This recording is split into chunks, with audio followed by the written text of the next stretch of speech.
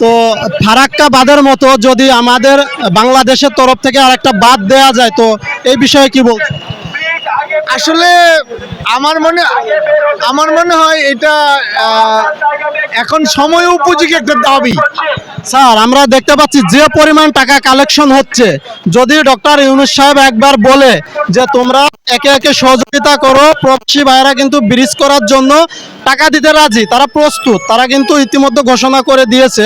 তো সেই ক্ষেত্রে আমি বলতে চাচ্ছি যদি একটা ব্রিজ করা যায় তাহলে সেক্ষেত্রে কেমন হতো?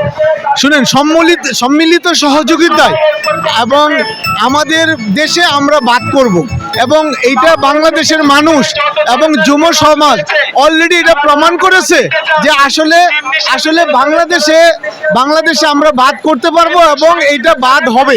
কেন হবে? কারণ আমরা আমাদের বাংলাদেশের মানুষকে আমরা কিভাবে রক্ষা করব, আমরা কিভাবে রক্ষা করব, এটা কিন্তু আমাদের স্বাধীনতা। আমরা অনেকদিন পরে হইলো যদি এইভাবে টাকা ওঠে, সর্বোচ্চ প্রযুক্তি ব্যবহার করে কিন্তু আমরা বৃষ্টি করে ফেলতে পারবো কোনো সমস্যা ছাড়া। তো এই ইয়াং জেনারেশন ভাইয়েরা যে কাজ করছে, যে উদ্যোগটা নেছে, আপনার কি মনে হয় যে তাদের মাধ্যমেই সম্ভব এই বৃষ্টি করা? হ্যাঁ, তাদের মাধ্যমে অবশ্যই সম্ভব, আর আমরাও তো তাদের সাথে আছি।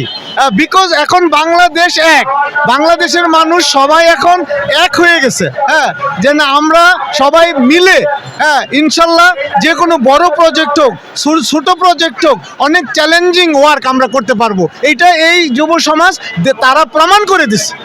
ঠিক আছে স্যার, আপনাকে অসংখ্য ধন্যবাদ। আমাদের চ্যানেলটা সাবস্ক্রাইব করে অবশ্যই পাশে থাকবেন নতুন নতুন ভিডিও পেতে। এখানে শেষ করছি, খোদা হাফেজ। ধন্যবাদ।